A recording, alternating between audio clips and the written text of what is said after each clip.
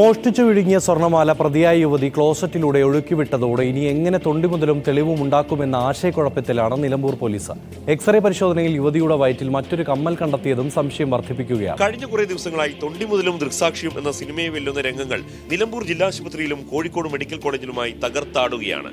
നിലമ്പൂരിലെ ക്ലിനിക്കിൽ വെച്ചാണ് രക്ഷിതാക്കൾക്കൊപ്പം എത്തിയ കുഞ്ഞിന്റെ ദേഹത്തണിഞ്ഞ അരപ്പവൻ തൂക്കമുള്ള സ്വർണ്ണമാല പാലേമാട് കല്ലൻകുന്ന് സെമീന വിഴുങ്ങിയത്. പിന്നാലെ നടത്തിയ എക്സ്റേ പരിശോധനയിൽ സെമീനയുടെ വയറ്റിൽ സ്വർണ്ണമാല കണ്ടെത്തി. മാല വീണ്ടെടുക്കാൻ നിലമ്പൂരിൽ വെച്ച് നടത്തിയ ശ്രമം പരാജയപ്പെട്ടതോടെയാണ് കോഴിക്കോട് മെഡിക്കൽ കോളേജിലേക്ക് മാറ്റിയത്. 3 ദിവസത്തെ ശ്രമത്തിന് ശേഷം മെഡിക്കൽ കോളേജിലെ ശുചിമുറിയിൽ വെച്ച് മാല പുറത്തു വന്നുവെന്ന് മനസ്സിലാക്കിയ സെമീന വിസർജ്യം ദേഹത്തെറിയുമെന്ന് ഭീഷണിപ്പെടുത്തി കാവലുണ്ടായിരുന്ന വനിതാ പോലീസ് ഉദ്യോഗസ്ഥരെ അകറ്റി നിർത്തി.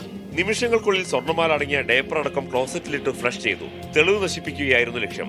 സ്വർണ്ണമാലയ്ക്ക് പുറമെ വയറ്റിൽ നിന്ന് കണ്ടെത്തിയ കമ്മൽ ആരുടേതാണെന്ന ചോദ്യം ഉയരുകയാണ്. തൊണ്ടി മുതൽ വീണ്ടെടുക്കാൻ ഇനി എന്തു ചെയ്യുമെന്ന ചോദ്യമാണ് പോലീസിന് മുന്നിലുള്ളത്.